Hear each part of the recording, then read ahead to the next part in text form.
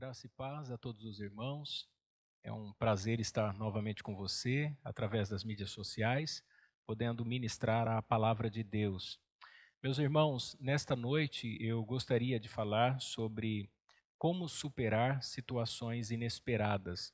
Nós estamos vivendo em um tempo muito desafiador para todos nós e, como é sabido, é inesperado para todos. Ninguém aguardava esta situação que nós estamos vivendo nesses últimos dias. Mas como é que nós podemos, à luz da palavra de Deus, aprender a lidar com estas circunstâncias que surgem na nossa vida? A vida não é a mesma o tempo todo, né? Nós não conseguimos manter uma linearidade. Então, existem momentos difíceis, existem momentos mais fáceis, existem momentos de alegria, existem momentos de tristeza. Há vários desafios que nós enfrentamos durante a nossa vida. E nós estamos vivendo exatamente um período de muita crise, de grandes desafios que nos são apresentados. E como é que nós podemos lidar com todas essas circunstâncias à luz da palavra de Deus? Portanto, nessa noite eu quero usar o exemplo do profeta Eliseu sobre uma passagem em que acontece algo inesperado na vida e no ministério desse profeta. E como é que ele aprendeu a lidar com aquela situação? E nós podemos extrair desse texto lições para a nossa vida. Então eu gostaria que você, por gentileza, abrisse a sua Bíblia, segundo o livro dos Reis, capítulo de número 4, e nós vamos ler a partir do versículo 38. Segundo Reis, capítulo 4, versículo 38 em diante. Nos diz assim a palavra de Deus: E voltando Eliseu a Gilgal, havia fome naquela terra, e os filhos dos profetas estavam assentados na sua presença. E disse ao seu moço: Põe a panela grande ao fogo e faze um caldo de ervas para os filhos dos profetas. Então um saiu ao campo a apanhar ervas, e achou uma parra brava e colheu dela a sua capa cheia de colossíntidas, e veio e as cortou na panela do caldo, porque as não conheciam. Assim tiraram de comer para os homens, e sucedeu que, comendo eles daquele caldo, clamaram e disseram: Homem de Deus, a morte na panela. Não puderam comer. Porém, ele disse: Trazei, pois, farinha, e deitou-a na panela e disse: Tirai de comer para o povo. Então não havia mal nenhum na panela. Vamos orar? Querido Deus, obrigado por mais esta oportunidade de nós ouvirmos a Tua palavra, ouvirmos aquilo que o Senhor tem a dizer aos nossos corações. Dai-nos humildade, dai-nos um ouvido sensível para ouvir a Tua voz e dai-nos um coração disposto, contrito, para Te obedecer, para servir ao Senhor. Nós oramos e Te agradecemos por mais essa oportunidade de ouvir a Tua palavra, no nome de Jesus. Amém. Meus irmãos, nós estamos vivendo um período de profundas crises. Eu digo crises porque ela está presente em praticamente todas as áreas. Talvez o que tenha estado mais em foco hoje é a crise na saúde, por conta da pandemia que nós estamos enfrentando nesses últimos meses. Mas, fora essa crise na saúde, nós temos também crises outras, como, por exemplo, a crise na política. Nós temos visto uma grande disputa ideológica, valores e princípios que são dispares entre si, há grandes lutas entre vários partidos, não só no Brasil, mas também no mundo.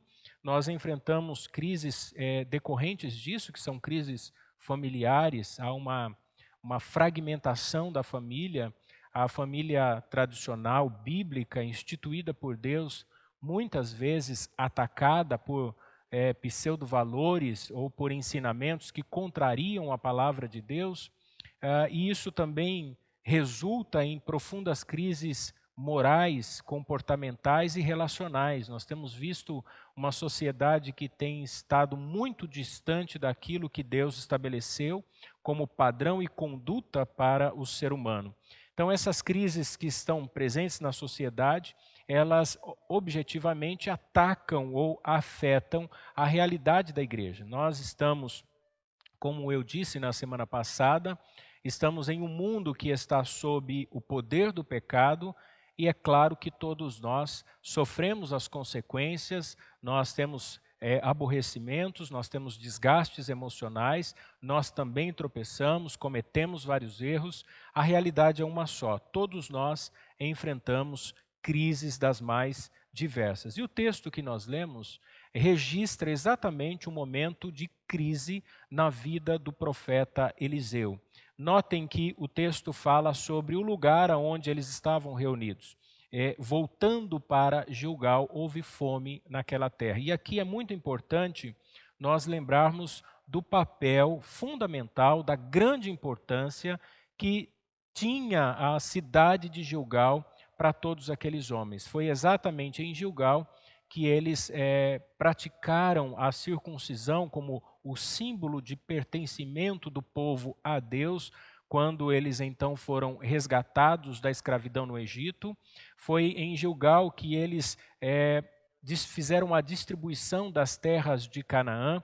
Foi exatamente em Gilgal o lugar onde eles celebraram pela primeira vez a Páscoa, em recordação e em comemoração o resgate da escravidão do Egito. Então, Gilgal era um lugar que tinha uma grande importância na história e nesse ponto de comunhão e de relacionamento com esse Deus que havia resgatado o povo da escravidão e que agora estava dando a eles um novo ensinamento e uma nova conduta de vida. E aqui entra a importância do papel dos profetas, aqueles que traziam a palavra direta de Deus àquela nação. Por isso que Gilgal tornou-se então uma espécie de colégio de profetas, o lugar onde os profetas eram formados. E Eliseu aqui assume uma espécie de mentor, de um professor, de um docente de profetas. Uma escola de profetas está lá e eles estão enfrentando agora uma profunda crise. E eu quero compartilhar com você esse texto da palavra de Deus para que a gente consiga, à luz da palavra, identificar como então Deus conduziu aquela situação e de que maneira nós podemos pincelar essas verdades e pontualmente aplicá-las à nossa vida. Como é que nós podemos olhar no texto sagrado e compreender que esse Deus que governa a história e que conduziu esses homens também está conduzindo a nossa vida num período de crise. O que é que nós conseguimos extrair daqui? Então vejamos o que diz o verso de número 38.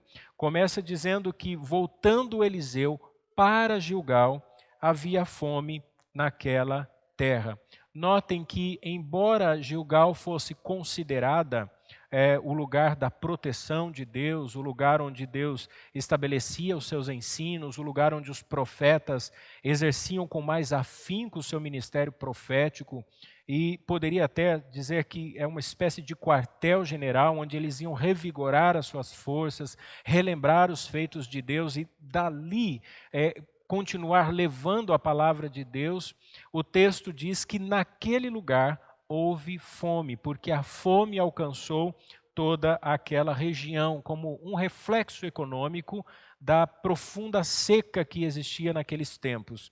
E eu quero dizer a você, meu irmão, que nós estamos vivendo em um mundo que passa por profundas transformações econômicas, culturais e, consequentemente, sociais, e as quais também nos afetam. Embora nós cremos na palavra de Deus e sabemos que Deus está conduzindo a história da nossa vida, que Ele está com as rédeas do destino em suas mãos, nós estamos em um mundo que, por causa do pecado, sofre e, consecutivamente, nós também sofremos. Então, nós estamos sujeitos aos reveses da vida, essas dificuldades que surgem, as circunstâncias inesperadas que afetam a vida de todas as pessoas. Então, como esses profetas e esses aprendizes de profetas, esses estudantes, esses discípulos dos profetas, também foram alcançados por aquela crise, aquele momento em que Gilgal enfrentou uma circunstância inesperada. E ainda no verso 38, diz que os filhos dos profetas, ou seja, os seus discípulos, e aqui a palavra filhos é aplicada de uma maneira muito mais afetiva, mostrando a proximidade, o relacionamento, eles estavam assentados na sua presença. Então, Eliseu, que assumia o cargo de mentor, de ensinador mor, ele tem diante de si os seus aprendizes de profetas ou filhos dos profetas, e que naquele momento de crise, naquele momento de dificuldade, eles estão aguardando do profeta maior, de Eliseu, uma direção, uma clareza para como eles iam lidar com aquela crise, com aquela situação inesperada. E aqui eu gostaria de fazer uma observação.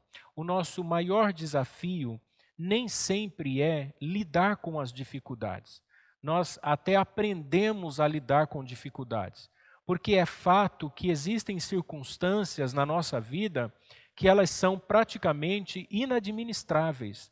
Então, nós nem sempre rejeitamos a possibilidade de enfrentar circunstâncias difíceis. Mas eu penso que um dos grandes desafios que nós enfrentamos quando lidamos com as dificuldades é suprir ou preencher as expectativas daqueles que esperam de nós alguma alternativa. Vejam, Eliseu não teria talvez tanta dificuldade para enfrentar aquele momento de crise, aquele momento de fome, aquele momento de circunstâncias inesperadas. Mas o profeta Eliseu tem que preencher as expectativas dos filhos dos profetas que esperam exatamente nele, como homem de Deus, uma esperança, uma expectativa que pudessem preencher, então, como uma alternativa para enfrentar aquele momento de dificuldade.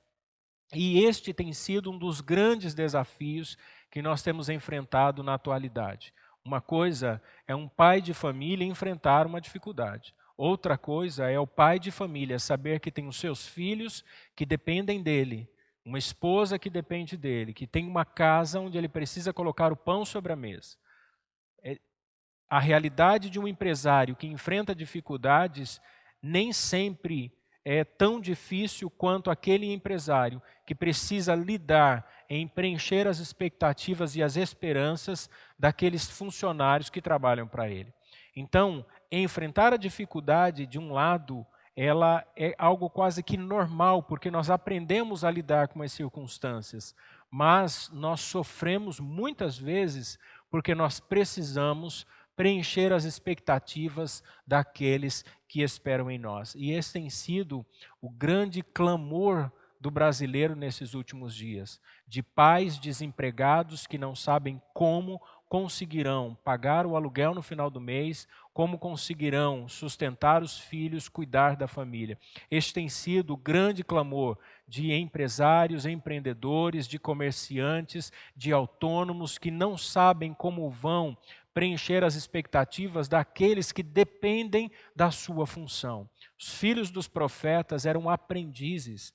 Eles sabiam que Deus poderia mudar qualquer circunstância. No entanto, no momento de crise, no momento inesperado, no momento de dificuldade, eles esperaram exatamente na palavra, no posicionamento e nas decisões que Elias, como um grande representante em Gilgal, tomaria naquele momento. Talvez você esteja me ouvindo nesta noite e esteja pensando exatamente assim.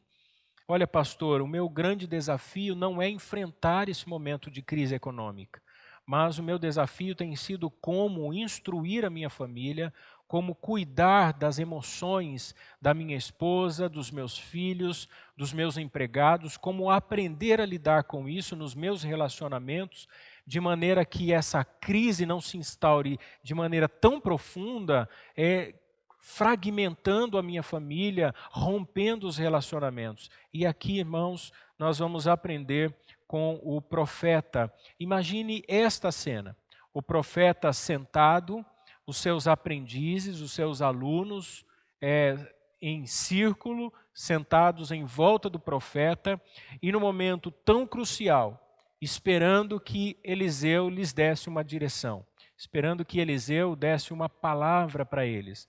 Dissesse, olha, vão e façam isso, ou isso acontecerá, ou nós devemos esperar, ou nós devemos fazer determinadas coisas. Eles esperavam agora do profeta Eliseu uma direção para superar aquele momento de dificuldade. Qual foi então a atitude do profeta Eliseu, da qual nós podemos tirar ensinamentos importantes para a nossa vida nesse momento de crise? Veja que ainda no verso 38, a disposição de Eliseu agora é de dar a eles uma orientação.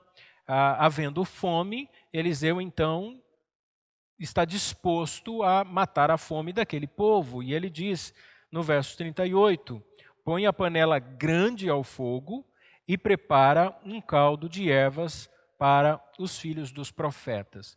Por que Eliseu tem essa atitude?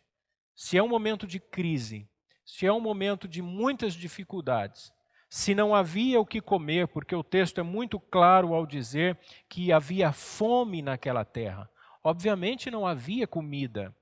E Eliseu então diz, olha, coloque a panela grande ao fogo e preparem alguma coisa para nós comermos. E aqui, irmãos, nós vemos o caráter do profeta Eliseu como um caráter sedimentado, amadurecido, um caráter fortalecido pelas experiências que ele viveu, principalmente quando foi discipulado por Elias.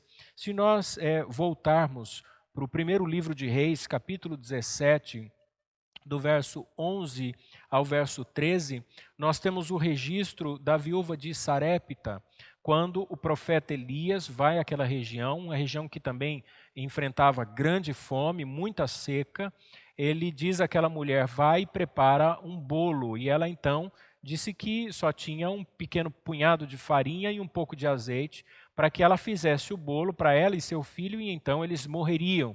A palavra do profeta Elias foi uma palavra muito importante, porque Deus não só sustentou ao profeta, como também sustentou milagrosamente aquela viúva.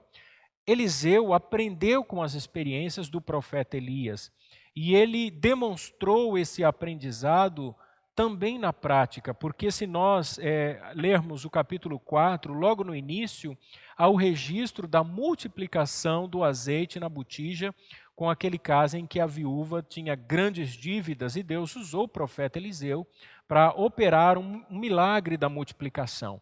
Então, quando o profeta Eliseu tem essa atitude de dar a ordem para que fosse levada a panela ao fogo, ou seja, para que eles preparassem todo o ambiente para que o alimento fosse servido, o profeta Eliseu sabe do que ele está dizendo, ele viveu experiências com Deus e o seu caráter foi amadurecido. Então, quando nós enfrentamos momentos diversos na vida, eles têm por objetivo amadurecer o nosso caráter.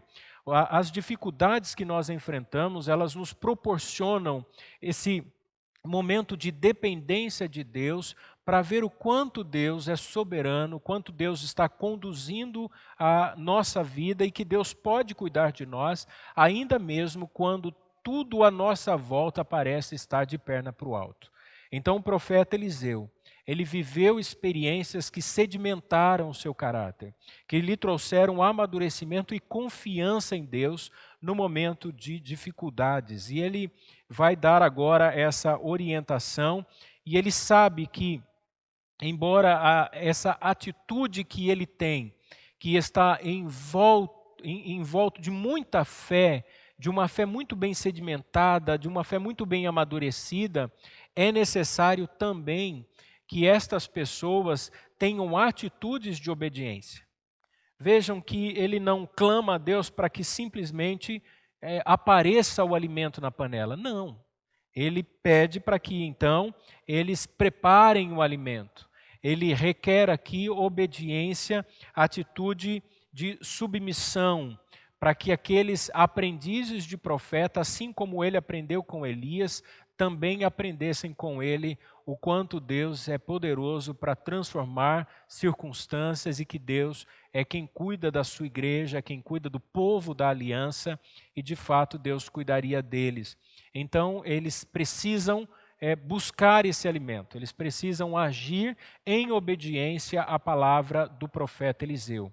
E aqui, meus irmãos, eu já tenho dito há pelo menos umas 2 ou 3 semanas sobre a importância de nós professarmos uma fé, mas uma fé que é praticável, de nós falarmos daquilo que nós cremos, mas que nós não demonstramos apenas em palavras, mas principalmente nas nossas ações.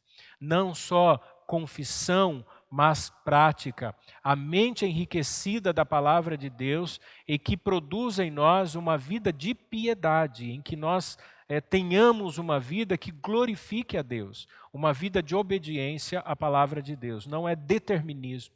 Nós não podemos sequer cometer o erro de acreditar que nós vamos nos apropriar de qualquer bênção de Deus, como se Deus fosse um guru ou um mago que fosse materializar aquilo que a gente deseja, aquilo que a gente quer. Não é assim.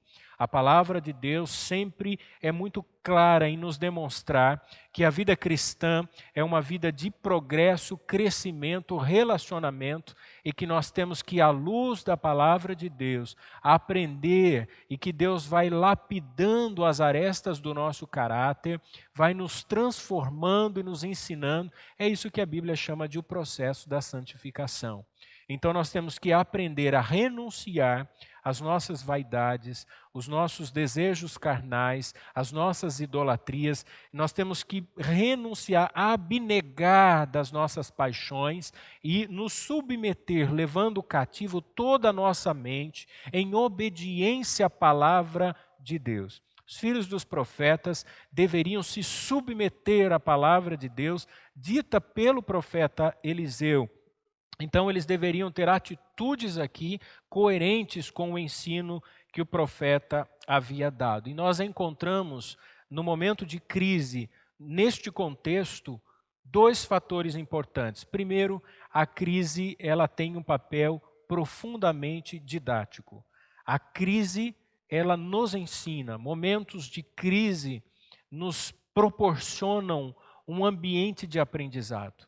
Nós podemos atravessar momentos de crise sem aprendermos coisas importantes para a nossa vida se nós não formos cautelosos e cuidadosos ao observar os acontecimentos e as oportunidades que Deus nos dá.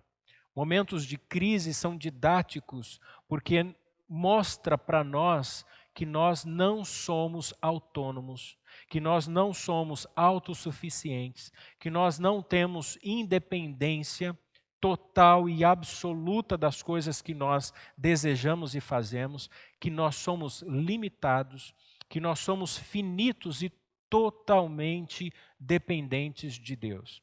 Nós precisamos aprender a lidar com circunstâncias difíceis. É por isso que a Bíblia diz que no momento da dificuldade nós temos que considerar. No momento do gozo, no momento da alegria, nós temos que regozijar. Quando as coisas forem boas, alegre-se, regozije-se. Mas quando os momentos difíceis vierem, tenha cautela, porque Deus faz tanto um quanto o outro, disse Salomão, para que o homem não saiba absolutamente nada sobre o seu futuro. Então a crise, ela tem esse papel didático. Mas a crise também é instrutiva, ela nos ensina, nos dá diretrizes, nos dá direcionamentos que antes dela nós não tínhamos. Quantas pessoas aprenderam ou estão aprendendo nesse momento de crise que é possível sim viver sem coisas às quais antes nós éramos totalmente dependentes.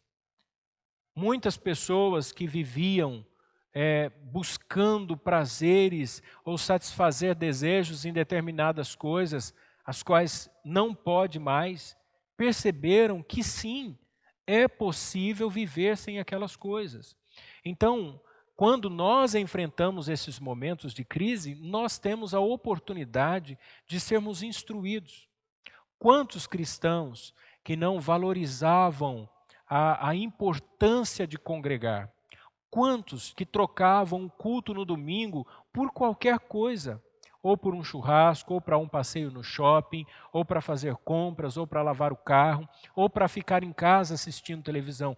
Quantas pessoas renunciaram à responsabilidade, à obrigatoriedade da convivência na comunidade, simplesmente porque viviam enclausurados no seu próprio mundo, nas suas vontades, nos seus desejos, e hoje nós somos punidos porque não podemos mais congregar, e a falta que isso tem feito mostra e nos instrui a importância da convivência terapêutica da comunidade, como nós precisamos das pessoas. Quantos filhos e filhas que não visitavam os pais, quantos pais que não davam atenção para os filhos porque estavam muito preocupados com o trabalho, com os seus afazeres e hoje enfrentam a realidade do confinamento doméstico e precisam aprender a lidar com isso. São instruções que nos foram dadas durante a crise.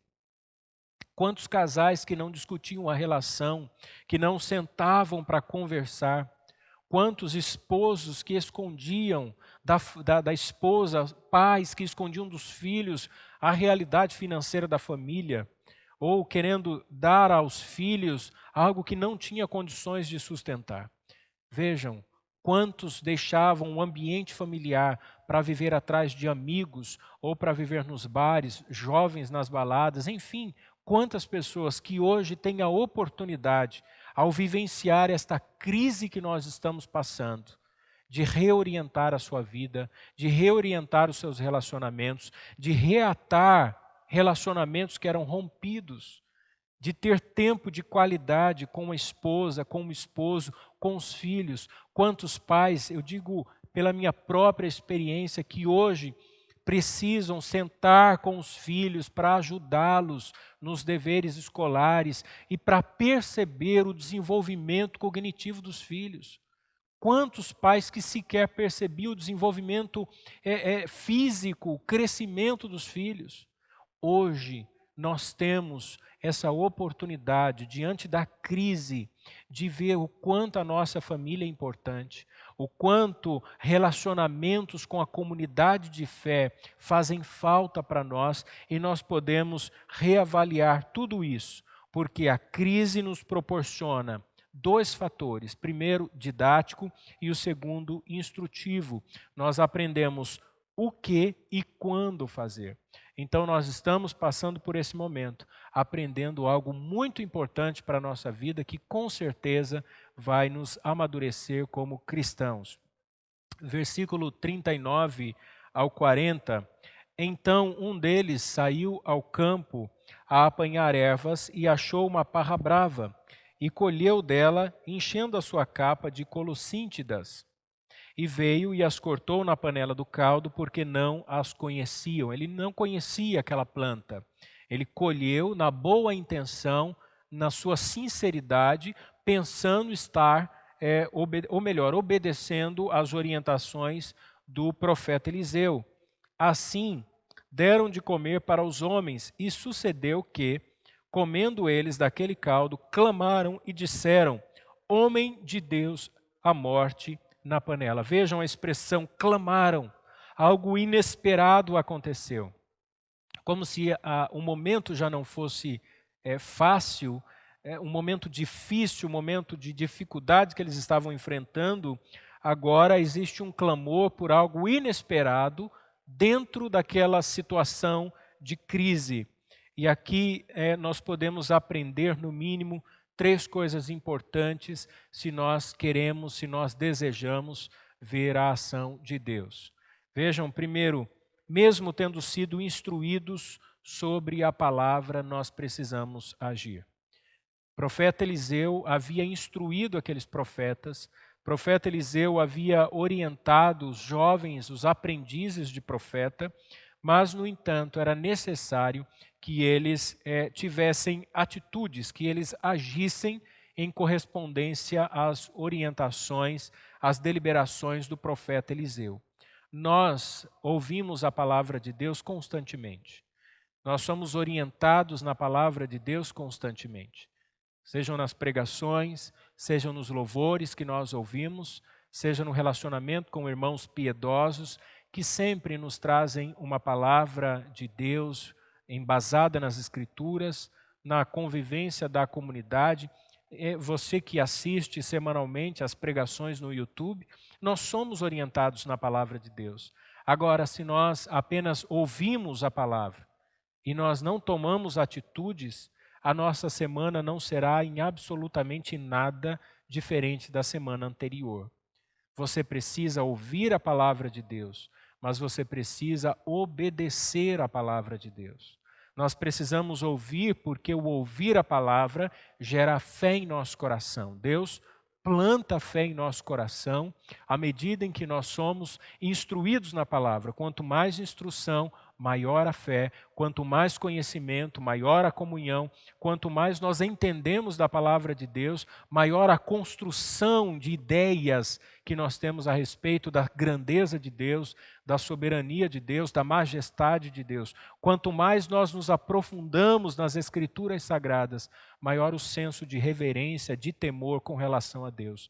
Agora, se nós buscarmos apenas o conhecimento e nós não praticarmos a palavra, isso não fará diferença prática, diferença funcional na nossa vida. Portanto, o primeiro ensino que nós extraímos aqui é que nós temos sim que obedecer a palavra de Deus. O segundo ensinamento é que nós temos que ter consciência que toda a decisão tomada individualmente, ela produz efeitos coletivos. Vejam, este jovem aprendiz de profeta, ele tomou uma atitude, ele pegou uma planta que ele acreditava ser comestível, chamada colossíntida, é uma planta extremamente perigosa, venenosa, que poderia provocar hemorragias estomacais, mas na sua boa intenção e na sua atitude individual, na sua decisão pessoal, ele então enche a sua capa daquelas plantas e leva para que fizesse parte daquela refeição.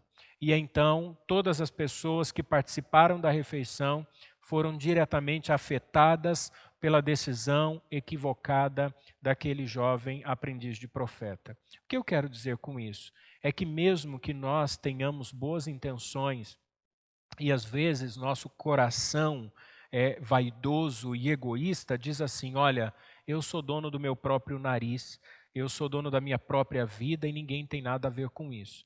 As decisões que eu tomo, elas dizem respeito à minha vida, é o meu dinheiro, é a minha casa, são os meus bens, então ninguém tem nada a ver com isso. E às vezes nós trazemos sofrimento a muitas pessoas por conta dos erros que nós cometemos. Então, nenhum ser humano é uma ilha isolada. Nenhuma decisão tomada de maneira individual, ela pode trazer prejuízos apenas para a pessoa que tomou a decisão. Vejam que para tudo aquilo que a gente faz, existe uma ação exponencial. Então as coisas ganham proporções que às vezes nós não temos ideia. Veja o que está acontecendo no mundo, né? Embora existam opiniões diferentes sobre como esse vírus do Covid-19 surgiu, o que nós temos visto é que líderes que tomam decisões e que trazem sofrimento a muitas e muitas pessoas. Então, decisões pessoais afetam sim coletivamente. E a terceira lição é que essas decisões, elas afetam de maneira muito maior as pessoas que estão mais próximas de nós. E aqui é importante nós pensarmos principalmente na nossa família e na nossa comunidade de fé.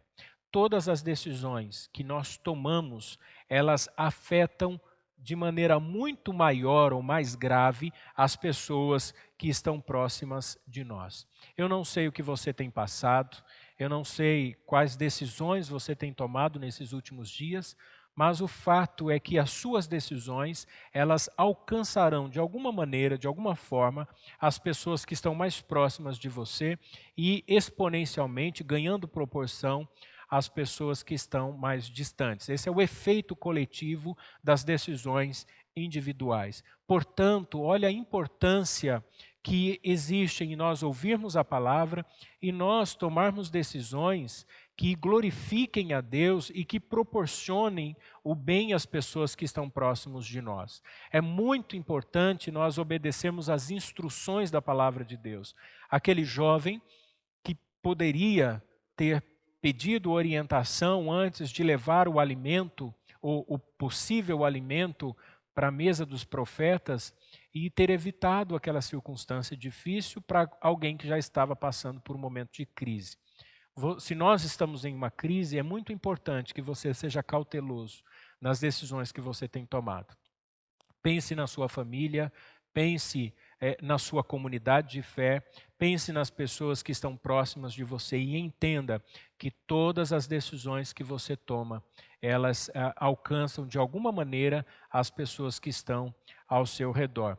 Aquele jovem teve obediência, mas faltou conhecimento. Nem sempre a sinceridade, a disposição e a boa intenção são suficientes para que coisas corretas aconteçam. Nós precisamos estar dispostos a obedecer, mas precisamos conhecer. Vejam, é necessário conhecer e obedecer, mas para que você obedeça de maneira correta, para que você faça o que é correto, é necessário conhecimento. Então, se você não conhecer a palavra de Deus, obviamente você não vai conseguir viver em conformidade com a vontade de Deus. O que nós também temos observado é que há uma grande disparidade, um grande distanciamento entre a atitude de muitas pessoas com relação à palavra de Deus. Há gente fazendo coisas absurdas e achando que está obedecendo a Deus. Você tem que procurar orientação na palavra de Deus, você tem que procurar conhecimento na palavra de Deus. Este é um momento difícil para todos nós. Hoje mesmo eu fiquei impressionado ao assistir uma live feita por um jovem sobre um tema muito tenso na vida cristã. E ele decidiu tratar esse tema que é tão controverso no meio teológico, como se fosse algo em que ele tivesse tanto conhecimento, tanta habilidade, lidando com dores e sofrimentos da alma, lidando com questões conflituosas que é necessário um bom conhecimento da palavra de Deus, um jovem bem intencionado, não tenho dúvidas de que ele de fato queira ajudar as pessoas que enfrentam esse tipo de problema, mas com orientações absolutamente equivocadas no que diz respeito à palavra de Deus. Simplesmente porque leu o texto e entendeu que o texto dizia certas coisas, mas sem conhecer e sem estudar o texto de fato. O que eu quero dizer é que, às vezes, a nossa pressa tem produzido muita superficialidade. Muita superficialidade naquilo que nós produzimos, e eu digo aqui porque hoje há muito teólogos de internet, nós estamos vivendo a era das amizades virtuais, até do abraço virtual, e tem surgido muitos obreiros neófitos, muitas pessoas que definitivamente não conhecem a palavra de Deus e não têm vivência na cristandade. Então, não só conhecer e estudar a palavra, mas também a experiência de vida e de relacionamento com a comunidade cristã. Eu me lembro que, quando eu fazia o curso de automação industrial, eu trabalhava na época no setor farmacêutico e fazia um curso de automação industrial. E a grande dificuldade que eu enfrentava na sala de aula era exatamente quando tinha que fazer a apresentação de algum projeto. As pessoas que trabalhavam na indústria sempre estavam um passo à minha frente porque eles tinham o que eles chamavam de chão de fábrica. Então eles tinham uma experiência na indústria. Embora eu tivesse o conhecimento teórico, a programação das máquinas e estudava a operação, mas eu não tinha a experiência daquilo de maneira prática, porque eu trabalhava no setor farmacêutico e não no setor industrial. Vejam, o que eu quero dizer é que muitas pessoas até têm conhecimento, até buscam um certo conhecimento, mas é necessário ter experiência de chão de igreja. é necessário ter experiência de vida em comunidade, é necessário aprender a viver com famílias, com pessoas, para lidar com determinados conflitos, porque nós não vamos saber como as coisas são na prática, simplesmente porque um papel estava escrito. Nós precisamos aprender a viver experiências. E esse jovem foi muito bem intencionado em levar essas plantas, mas, no entanto, ele estivesse obedecendo o profeta Eliseu. Ele não tinha experiência suficiente e talvez pela pouca vivência, ele não conhecia aquele tipo de planta. E aqui eu quero falar que a vida cristã é um processo de construção. Então nós estamos trabalhando e Deus está nos moldando e construindo a história da nossa vida. Né? Isso que nós chamamos de historicidade, esse acúmulo de experiências que nós vamos adquirindo à medida em que nós vamos vivenciando-as, vivendo-as. Então nós estamos em um momento de crise e quando nós sairmos desse momento, nós teremos uma experiência que nós só conseguimos ter porque nós vivemos aquele momento. Vejam que nós somos uma geração privilegiada. Nós vivemos uma mudança da estrutura política, nós vivemos uma mudança, um salto do exercício democrático com a mudança de liderança governamental com uma ideologia diametralmente oposta que se tinha, mostrando que se aflora em nossa nação o poder da democracia. Nós temos visto a força que existe em movimentos, em ativismos sociais. Nós vemos milhões e milhões de brasileiros saindo às ruas.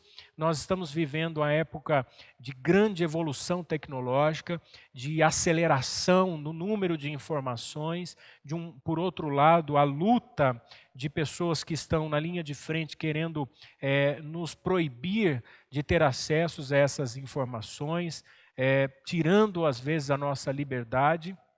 E nós temos visto também a luta da humanidade contra um inimigo invisível que, ao mesmo tempo, iguala todas as pessoas, mostra que rico ou pobre, famoso ou anônimo, seja quem for, todas as pessoas são absolutamente iguais e que, se sujeitas a serem contaminadas com este vírus, sofrerão as consequências. E é por isso que tanta gente tem medo. Então, nós temos vivido muitas experiências. Então, a história nos dá essa oportunidade para construir a nossa vida vivendo cada dia mais. Então, não deixe passar em branco esse momento de crise. Aprenda a viver com Deus, a conhecer a Deus, a se relacionar com Deus. Deus sempre usou os momentos difíceis para purificar o seu povo. Os remanescentes sempre foram fortalecidos, sempre cresceram, sempre amadureceram nos momentos de dificuldade. Agora, a vida cristã também nos proporciona a formação de conhecimento. Veja, por um lado nós temos a experiência, por outro nós temos a oportunidade de conhecer. Conhecer aqui, e eu quero convocar você a procurar conhecer mais teologia. No início da minha conversão, havia uma grande repulsa ao estudo teológico. Eu me lembro que a primeira vez em que eu decidi comprar um livro teológico e conversei com um irmão já que tinha um certo tempo na igreja, ele disse para mim assim: olha, você vai estudar teologia e você vai esfriar na fé, porque tinha uma resistência, uma ojeriza à ideia de que a letra mata e o espírito vivifica. Exatamente pela falta de conhecimento, por não entenderem os contextos bíblicos, as pessoas rejeitavam estudar a palavra de Deus.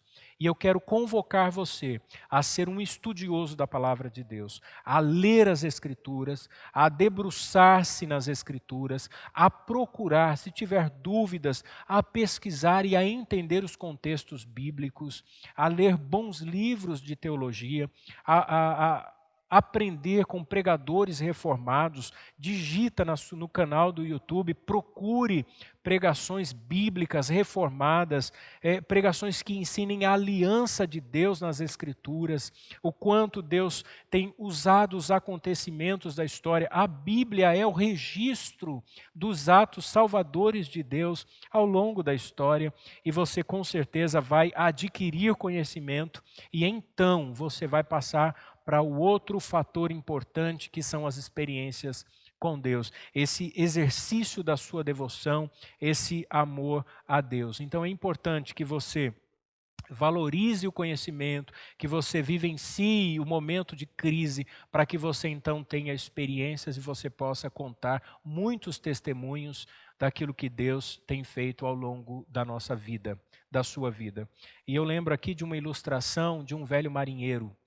Diz a ilustração que este homem, acostumado a navegar profundos mares, certa feita estava com o seu netinho que não conhecia ainda o mar. E então esse menino pediu ao avô que o levasse para conhecer a praia.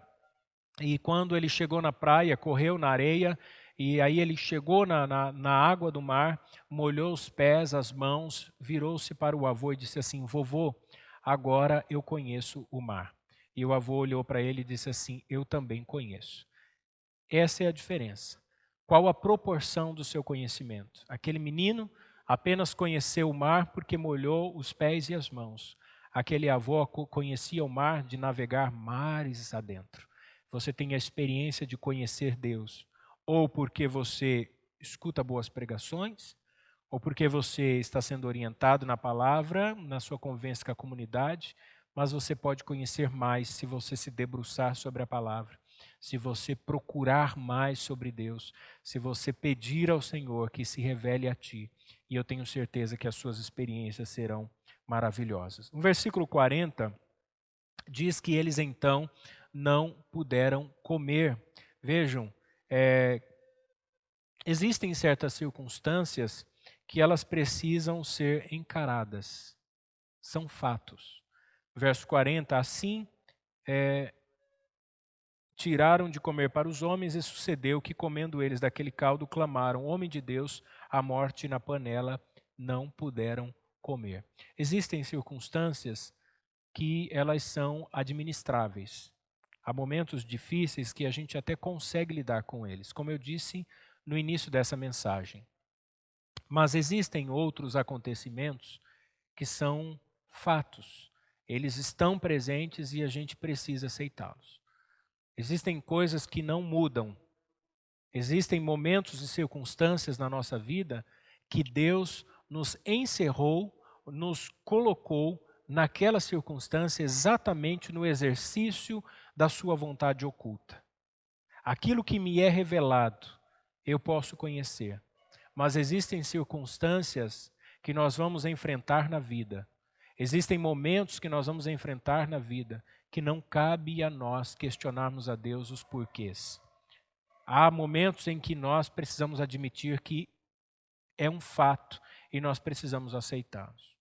Eu lembro que há alguns anos atrás, no período em que eu fazia discipulado numa outra igreja, eu não era pastor, nós tínhamos uma classe de discipulado e nós tínhamos uma jovem, uma moça que tinha saído de um relacionamento. Ela tinha sido trocada pelo seu namorado, né? Não era seu marido, eles não eram casados no papel, mas viviam juntos, e ela havia sido trocada por uma outra. E ele então tinha mudado de cidade, e ela estava muito frustrada, e ela decidiu que iria se converter, se batizar, para que Deus trouxesse de volta o seu namorado. E então nós conversamos com ela que as coisas não funcionam assim, que era importante que ela aceitasse aquele fato e que aquele homem não a amava, que aquele relacionamento não era correto e que Deus estava proporcionando a ela uma oportunidade para que ela conhecesse mais a vontade de Deus e que Deus poderia dar a ela um novo relacionamento, constituir uma família e que ela poderia ser muito feliz. O resultado foi que logo depois ela abandonou tudo porque o objetivo dela era somente esse. Ela não aceitava que o relacionamento houvesse terminado. Há muitas pessoas que acabam agindo assim, pensando que podem se relacionar com Deus como se Deus fosse um cambista, como se Deus pudesse fazer acordos ou se pudesse fazer negócio. A pior coisa que existe em nós, e acho que é a expressão da nossa individualidade, do nosso egoísmo, é que nós recorremos somente a Deus nos momentos de dificuldades. Vejam, quantos de nós oramos muito mais agora com medo da crise do que tendo noção da grandeza e da soberania de Deus, quando na verdade nós deveríamos temer a Deus e não as circunstâncias, nós deveríamos temer o juízo de Deus e não o coronavírus, nós deveríamos temer a poderosa mão de Deus e não os acontecimentos do governo ou o colapso econômico, porque nós não temos noção de quem é Deus e o quanto Deus é grande e o que Ele pode fazer. Então nós precisamos aceitar que determinadas coisas, elas fazem parte da vontade de Deus para a nossa vida e que nós não podemos mudá-las, mas nós podemos aprender a lidar com as circunstâncias. A oração não é uma alavanca que move o braço de Deus. Eu sei que tem muita gente que usa essa expressão, olha, se você orar mais, as coisas vão acontecer, porque a alavanca move o braço de Deus. Não é assim. Na verdade, a oração não muda Deus, não muda a vontade de Deus, não muda os propósitos de Deus. A oração muda a nós. A oração nos faz enxergar e entender o propósito de Deus para a nossa vida como parte de todo aquele quadro maior em que nós estamos atuando e como agentes secundários de um Deus que é sempre o agente primário e que nos estimula, que nos incita a agirmos, a trabalharmos, a fazer, porque todo o querer e o efetuar vem do próprio Deus. Portanto, verso 41, porém ele disse, trazei-me farinha, e deitou-a na panela, e disse, dai de comer ao povo, e já não havia mal nenhum na panela. Seja qual for a circunstância, Deus está conosco. Vejam, havia fome naquela terra e agora havia uma circunstância, uma situação inesperada acontecendo. No entanto, o profeta tem plena confiança no cuidado de Deus. Ele age com sabedoria, ele age com disposição, e é interessantíssimo porque os filhos dos profetas, eles eram aprendizes de Eliseu, e o nome Eliseu significa Deus é salvação. Então, as decisões de Eliseu naquele momento apontam exatamente para um Deus que é salvador, para um Deus que vai cuidar deles. E aqui nós podemos aplicar a nossa vida. Sempre haverá uma saída para aqueles que andam no caminho certo. Nunca se está errado fazendo o que é certo. Entenda, em caminhos corretos não há beco sem saída. Tem muitas pessoas que ficam assim, nossa, eu estou num beco sem saída. Não. Se você está no caminho de Deus, se você está obedecendo a Deus, sempre haverá uma maneira, sempre haverá um caminho claro à sua frente, sempre haverá uma orientação. Eu cresci morando em uma rua que não tinha saída. Então, no final da rua, ela tinha um balão, né, um círculo, e aí quem descia a rua, se a pessoa estivesse perdida, ela tinha que fazer o balão, voltar e procurar o caminho certo. Por vezes, brincando na rua, eu me recordo claramente de pessoas que paravam o carro e diziam assim, viu, você sabe aonde fica a rua tal? Porque eu pensei que fosse essa, mas essa rua não tem saída. E não adiantava essa pessoa insistir em encontrar o caminho certo naquela rua. Era necessário ela terminar a rua, fazer o retorno, fazer a conversão e voltar para o caminho certo. Talvez esteja exatamente aí o momento em que você está dizendo assim, não, eu estou num beco sem saída. Eu cheguei no fim de uma rua sem saída. E isso é importante porque você estava indo pelo caminho errado. Então, é momento de conversão. É momento de mudança de atitude. É momento de reconhecer que tudo que foi feito até agora não estava certo, o planejamento não foi bom, e eu digo isso em todas as áreas. Há 2 semanas atrás, conversando com uma pessoa sobre esse momento de quarentena, ela me disse assim: pastor, sabe que isso foi bom para mim? Porque eu gastava demais, eu era viciado em gastar no cartão de crédito, eu andava para os lugares, comprava coisas sem necessidade, agora com tudo fechado e sem poder sair de casa, eu fiquei impressionado com o valor da minha fatura do cartão de crédito. E eu percebi que muitas coisas que eu comprava ou eram desnecessárias. Então eu estou usando esse momento para reorientar a minha vida financeira. Está aí. Chegou no fim da rua, uma rua sem saída, precisou agora uma conversão de atitudes, uma mudança de atitudes com relação à vida financeira. E isso pode ser no relacionamento familiar, pode ser no relacionamento com a igreja, pode ser na aplicação de conhecimento pessoal.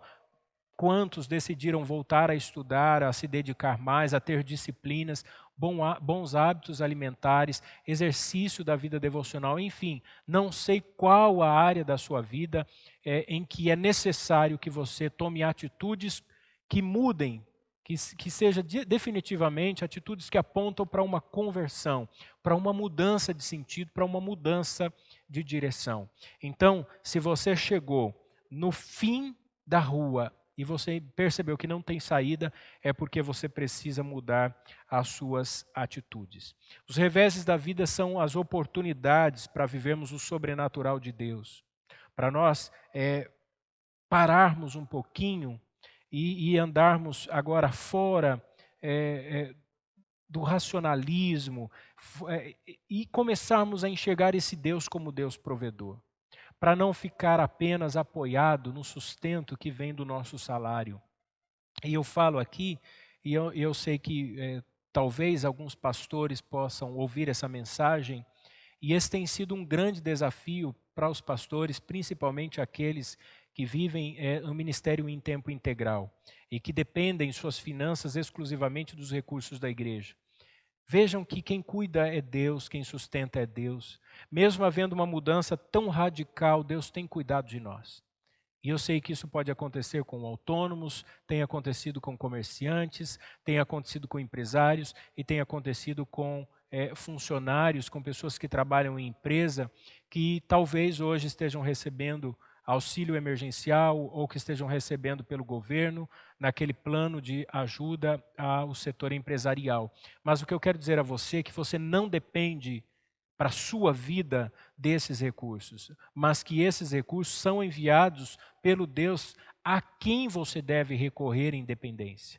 Então, é Deus quem nos sustenta. O trabalho é uma dádiva de Deus. O trabalho, o salário no final do mês é uma expressão da graça e da bondade de Deus, mas é Deus quem nos sustenta, não é o valor monetário em si.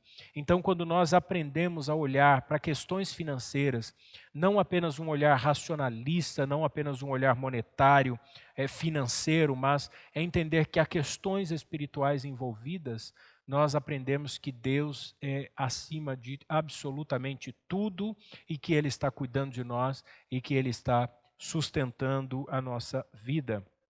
E por fim, a orientação do profeta Eliseu, quando ele disse assim: trazei-me farinha. Obviamente, aqui é uma estratégia que Deus dá ao profeta Eliseu.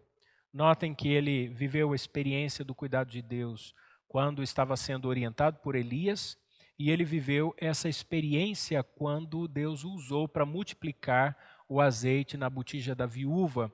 Agora, aqui, ele usa essa estratégia e Deus vai demonstrar a sua provisão, mesmo tendo a participação do profeta neste processo de Deus de ensinamento.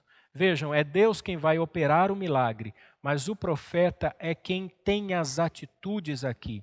E aqui é algo incrível que nós aprendemos nas Escrituras. Ao mesmo tempo em que nós temos responsabilidades, ao mesmo tempo em que nós somos agentes livres, nós estamos mergulhados nesse cuidado e nessa condução de Deus em todos os aspectos da nossa vida. Nós sofremos as consequências das decisões que nós tomamos, ou sejam elas boas ou sejam elas ruins, mas o fato é que em todo este cenário Deus está conduzindo, Deus está cuidando de nós. E a farinha ou flor de farinha que é colocada na panela, ela não tem nenhum efeito terapêutico aqui para curar a questão da hemorragia. É óbvio que isso aqui é um apontamento para a própria pessoa de Cristo lá no Antigo Testamento. Vejam que Cristo, como a farinha que foi colocada na panela e que removeu o veneno da morte, é Cristo no plano da redenção, removendo também o veneno do pecado que ocasionou a morte. Então, Cristo é a provisão de Deus para a nossa vida. Independente do momento que você esteja vivendo, independente das circunstâncias que você está vivendo, coloque Cristo. Cristo é o centro da nossa vida. Em Cristo nós temos todas as orientações que nós precisamos. Se você quer um exemplo de sofrimento, você tem em Cristo. Se você quer um exemplo de obediência, você tem em Cristo. Se você quer um exemplo de serviço, você tem em Cristo. Cristo é o homem perfeito para quem nós olhamos e em quem nós nos espelhamos. Então é Cristo o exemplo de superação, é Cristo nosso Redentor. Não há dificuldades. Recorramos, pois, ao nosso Deus, pedindo perdão dos nossos pecados, nos arrependendo das nossas atitudes erradas, dos erros que nós cometemos, confessando a Ele os nossos pecados, e Ele é fiel e justo para perdoar os nossos pecados e para remover todo o veneno da morte. E para concluir, meus irmãos, eu quero dizer que o inesperado e a crise derrubam sim o nosso castelo de areia, mas também nos fazem olhar para a imensidão do mar.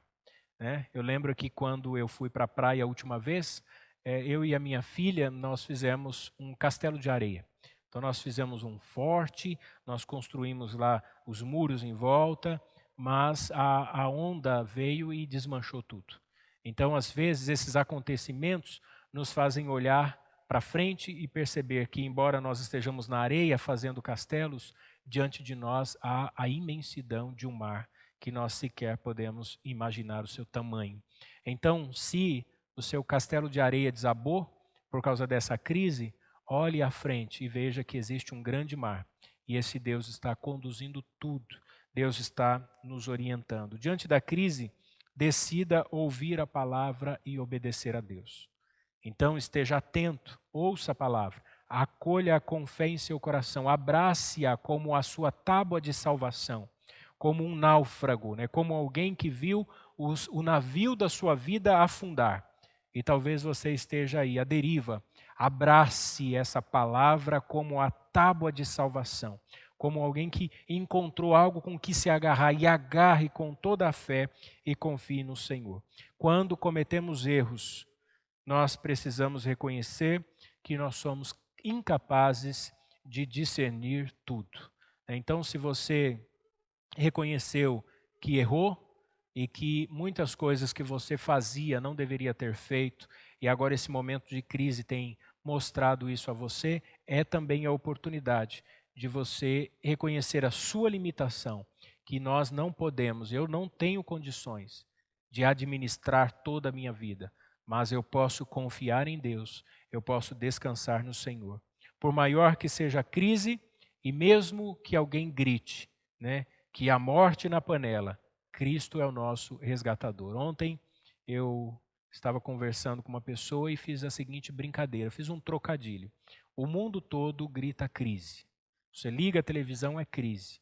Você liga o seu rádio, é crise. Você acessa as internets, crise, crise, crise o tempo todo. Então, enquanto todos gritam crise, nós podemos gritar Cristo. Confie em Cristo. Não há crise que não seja superada com Cristo.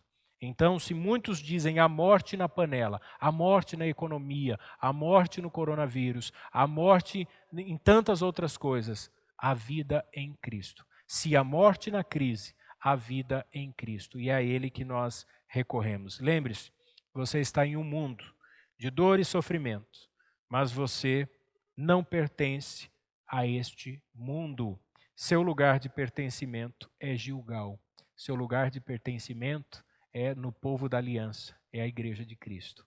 Este povo que havia saído do Egito e que tinha ido para Gilgal celebrar a aliança de pertencimento, era este povo que nos momentos de crise e dificuldade voltavam-se para Gilgal e lá adoravam a Deus e recebiam as instruções. Nós somos o povo da aliança. Neste momento de crise, nós temos que nos voltar para a igreja de Cristo e ouvir as instruções para enfrentarmos todas as dificuldades. Amém? Deus abençoe você, sua família. Logo após esta oração, nós ouviremos um louvor com o presbítero Fábio e eu quero orar por você e pedir ao Senhor que continue cuidando de nós. Amém? Vamos orar. Querido Deus, obrigado, Senhor, por mais uma oportunidade de nos reunirmos em volta da Tua Palavra. Como é bom ouvir Tua Palavra, saber que o Senhor, ao longo da história, tem cuidado e tem sustentado do Teu povo. Hoje nós podemos ouvir os exemplos do profeta Eliseu e como o Senhor cuidou dos profetas em Gilgal em um momento em que havia fome sobre aquele lugar. Assim também nós cremos que o Senhor cuidará de nós neste momento de crise. Nós oramos e te agradecemos em nome de Jesus. Amém. Deus te abençoe.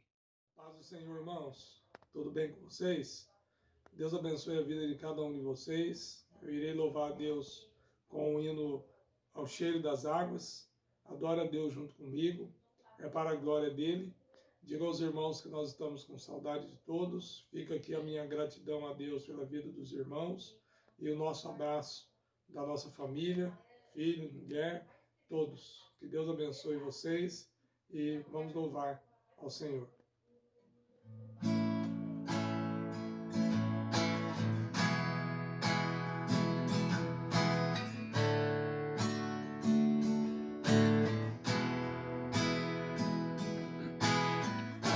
Esperança para o ferido, como árvore cortado, marcado pela dor.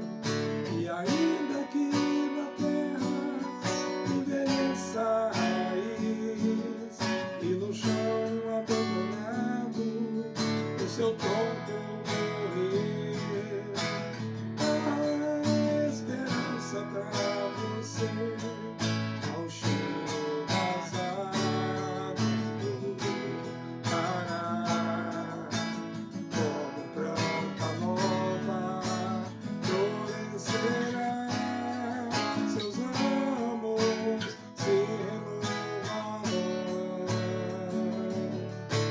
não cessarão os seus frutos e viverá, ao cheiro das águas brotará,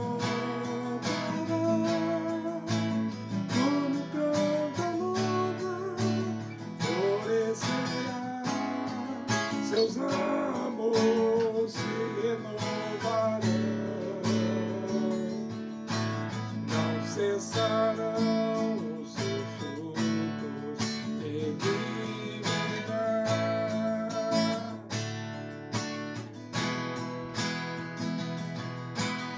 A esperança para o ferido, como árvore cortado, marcado pela dor. Ainda que na terra envelheça a raiz,